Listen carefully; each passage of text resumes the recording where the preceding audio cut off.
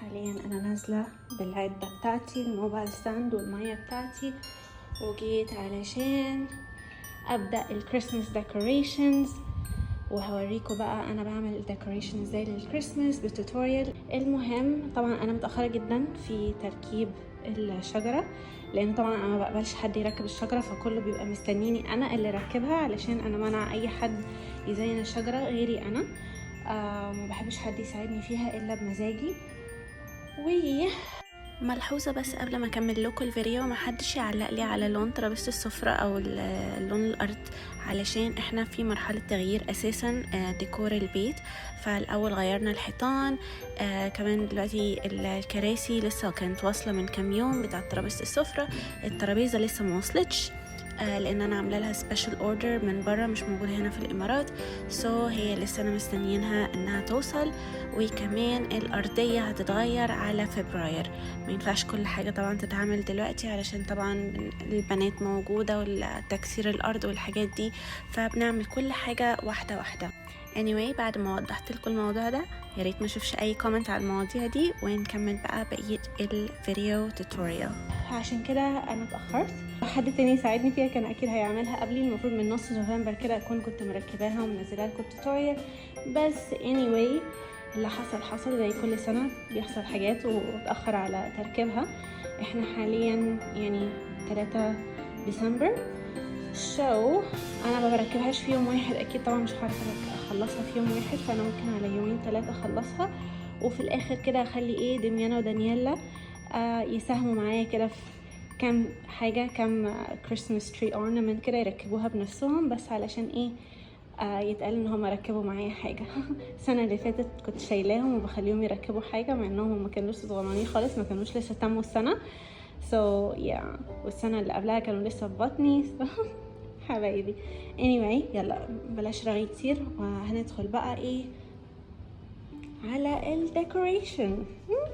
كل ده طبعا هيتشال، وكله بقى هيبقى ابيض فابيض.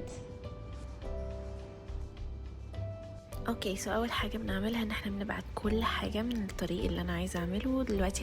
بتاع اللوحه البنيه اللي هنا دي طبعا لازم اداريها عشان مش عايزاها تبقى باينه زي السنه اللي فاتت، ما كانتش عاجباني خالص، فلقيت لها فكره ان انا اركب عليها زي القطن كده اللي هو اللي انا جايباه ده اللي قلت لكم عليه، بس ما لزقش بالدبل سايد التيب بس، فما كان لازم اعمله بالجلوجان، وما كنتش عايزه ابوظ اللوحه الخشب، فكان لازم احط ملايه الاول وادبسها على اللوحه الخشب، وبعدين بالجلوجان على الملاية ألزق القطن. وللأسف وانا بلزق القطن بالجلوجان اللقطة دي ما تصورتش، فما عرفتش ان انا احطها لكم في الفيديو، بس هو بالجلوجان فوق الملاية ولزق على طول القطن. دلوقتي بقى احنا بنعمل شجرة الميلاد، هبدأ ان انا يعني افك الفروع من بعضها، وببدأ لاير يعني انا دلوقتي بس ببدأ اللي هو الدور التحتاني ده، ومش هركب الدور اللي فوقيه لغاية ما اركب عليه الانوار، لان انا هركب الانوار واحدة واحدة على كل فرع لوحده. جربت الانوار دي من شي بس ما عجبونيش خالص، كانوا رفيعين جدا، هما حلوين في لفتهم على ان اعرف الفهم على فرع بس ما عجبونيش، اولا لانهم بالبطارية، ثانيا مش طوال قوي يعني، فلازم بقى اركب بطاريات كتير، ثالثا مش قويين خالص يعني نورهم ضعيف جدا. فجبت الانوار بتوع السنه اللي فاتت اللي هو الواير الابيض ده، وابتديت الفه زي ما انتم شايفين، بضفره على كل فرع لوحده علشان ما يبانش الواير ملفوف داير ما يدور على الشجره، زي ما قلت لكم السنه اللي فاتت في التوتوريال بتاع السنه اللي فاتت، بيبقى شكله مش حلو لما تلف فيه الواير داير ما يدور الشجره، بيبقى باين ان في وايرات مدلدله من الشجره، فعلشان كده انا بحب الفهم زي ما انتم شايفين فرع على الفروع بتاعت الشجرة، بيبان شكله انضف واشيك، وبيبان انه شكله زي الفيري لايتس، كأن الشجرة الانوار منها يعني فاهمين ازاي الفكرة؟ ان انا كل سنة ببقى عايزة اعمل شجرة يبقى الانوار منها فيها، بس مش بلاقيهم بس في امريكا، وكل ما بعمل لهم شحن هنا للامارات واجي اركبهم في الكهرباء الفيوز يضرب، لان الفولت في امريكا غير الفولت هنا في الامارات، فبيضرب على طول والانوار كلها بتتحرق. فده اللي بيضطرني ان انا الف الانوار بالشكل ده علشان يطلع شكلهم كأن الشجرة اللي بيجي فيها انوار منها فيها. المهم دلوقتي احنا ركبنا الدور التاني، وزي ما انتم شايفين انا بشتغل فرع فرع. اكيد مش هكذب عليكم واقول لكم الموضوع سهل وسريع، لا الموضوع بياخد وقت، لان طبعا انت بتلفي النور فرع فرع، غير لما انت تيجي تلفي الانوار داير ما يدور الشجرة هتخلصيها في اقل من 10 دقايق او 5 دقايق حتى. انما الطريقة دي بتاخد ممكن من 5 ل6 ساعات مثلا، ده بس ده في حال ان في حد بيساعدك وماسك لك الانوار عشان ما يتكعبلوش وانت بس تلفيهم، انما غير كده هتاخدي يوم كامل. هنا كان تاني يوم تصوير، اول يوم اللي انا كنت لابسه فيه البيجامه الحمراء، وبعدين هنا اللي لابسه فيه رصاصي ده كان تاني يوم لما اكتشفت ان انا الانوار بتاعت شيئين ما عجبتنيش، فبعدين رحت نمت، وبعدين تاني يوم رحت قعدت اركب الانوار بتاعتي، لقيت كمان الانوار خلصت مني وما كانتش مكفيه، فلما جيت احط كمان الانوار اللي انا كنت شارياها علشان تكفي بقيه الشجره، لقيت ان لونها مش ابيض، لقيت ان لونها داخل على موف، فعلى طول خليت إيريك يروح يبدل لي الانوار علشان انا كنت قاعده شغاله فيهم، وكان لسه الوقت ما كانش اتاخر قوي وما كانش المحل قفل، فخليته يروح يبدل لي الانوار ويتاكد ان هم بيض علشان اكمل في تركيب الشجره. وهنا بقى كان بدلهم لي. هو اصلا عقبال ما اخدهم يبدلهم له ويرجع كنت انا عشيت البنات ونيمتهم، فهو بقى على بال ما كان رجع كانوا هم خلاص ناموا، فانا ابتديت بقى اشتغل في الشجره بمزاج. انا اي حاجه اساسا بعملها بيكونوا البنات نايمين، بقعد لغايه الساعه 4 الصبح مثلا اعملها، ان كان بقى تركيب الشجره او ان انا اصور لكم فيديوز او امنتجها لكم او وات ايفر.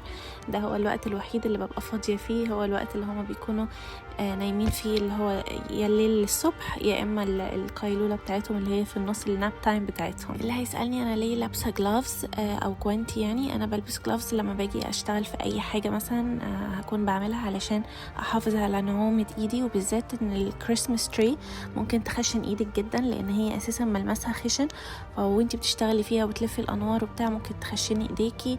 كل ما ابتديت اطلع فوق في الشجره ولازم اطلع الانوار اللي فوق كان لازم يكون معايا إيريك علشان يمسك لي الانوار علشان ما يتكعبلوش، لان كان لازم حد يمسك لي الانوار، ما بيعملش حاجه غير ان هو مسكهم لي، انا بس اللي بشتغل في الشجره. احنا هنا دخلنا في اليوم الثالث، زي ما انتم شايفين الطقم اللبسي اتغير، الوقت بقى هنا بالنهار كانوا البنات نايمين نومه الظهر بتاعتهم، واستعنت برضو باخويا مايكل عشان لما إيريك انشغل.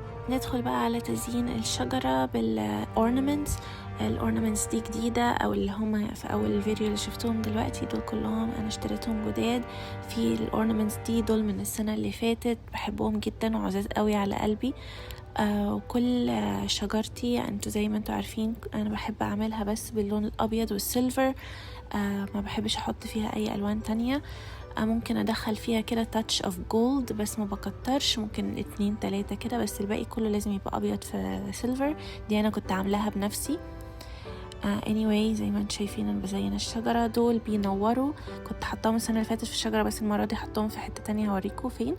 دي حمام وقطة بيضة كلهم بالفرو كده والريش، فبحبهم قوي برضو كل سنة بحطهم، وبيدوا تاتش يونيك جدا وفريد من نوعه في شكل الشجرة. دانييلا كانت صحيت من الناب بتاعتها وجت بقى تشاركني في الشجرة بتاعتنا. زي ما انتوا عارفين طبعا بخليهاش او هي ودميانة يمسكوا الحاجات علشان ممكن تقع عليهم بعد الشر، ممكن اي حاجة لا قدر الله، فمعوداهم ان هما ما يمسكوش اي حاجة مش بتاعتهم. فلافي هنا برضو معنا في الكادر، وشوية وتلاقوا دميانة جت بس هي كانت قاعدة مع مامي. هنا بقى بفرج دانييلا الحمام خايفة منه كانت anyway وبعدين بقى اتصاحبت عليه.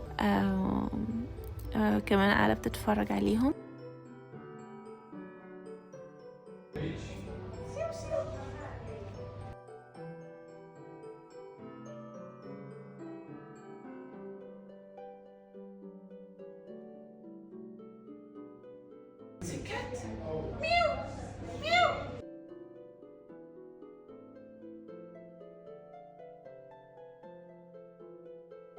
دميانة هنا بقى كانت تكرمت وشرفتنا وقاعدة بقى برضو بتتفرج على الحمام اللي هما التيرتل دافز يعني والقطط. خلصت decorating التري، فركبت آخر حاجة اللي هي النجمة اللي في الشجرة، وحطيت المات بتاعت الشجرة من تحت، وبعدين داير ما يدور الشجرة بالقطن أو اللي هو الفيلينج بتاع المراتب والمخدات ده على هيئة تلج. حبيت أعمل حاجة زي وينتر وندرلاند.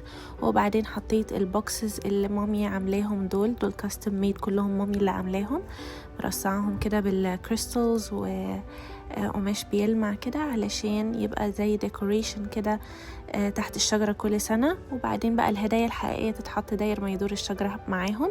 وحطيت سانتا كلاوز، وحطيت الكور اللي بتنور دي برضو وسط القطن يعني على هيئة التلج اللي أنا عاملاه. وحطيت برضو من أنوار الشجرة ده كده على القطن علشان ينوروا كده في الضلمة، يبقى شكله حلو. وكمان حطيت رولات فارو كده شفتوهم دلوقتي من شوية على الشجرة عشان أملأ أي حتت فيها فراغات. وحطيت تلج قطن يعني من جوه الشجرة في الفروع من جوه خالص على الجذور علشان برضو أملأ الفراغات اللي بتكون جوه في الجذور. ده الفاينل ريزلت للوينتر وندرلاند الكريسماس تري بتاعتنا، وده الشكل النهائي. انا مبسوطة جدا ان انا اخيرا خلصتها، وبعتذر ان انا اتأخرت فعلا في تنزيل الفيديو ده. ان شاء الله السنة الجاية من اول نوفمبر الفيديو هيكون موجود تاني يوم بعد الهالوين ما يخلص، تاني يوم على طول هتلاقوا فيديو كريسماس تري. المهم يا وزويز، يا رب يكون التوتوريال عجبكم، يا رب يكون عجبتكم شجرة الكريسماس السنة دي، ويا رب يكون الفيديو عجبكم يا احلى وزويز. هو في اخر الفيديو هتلاقوني ان انا نسيت احط الورد السيلفر، فانا ضفته للشجرة في اخر حاجة في الفيديو. المهم I love you all، ويا رب يكون الفيديو عجبكم. قولوا لي رأيكم في الكومنتس.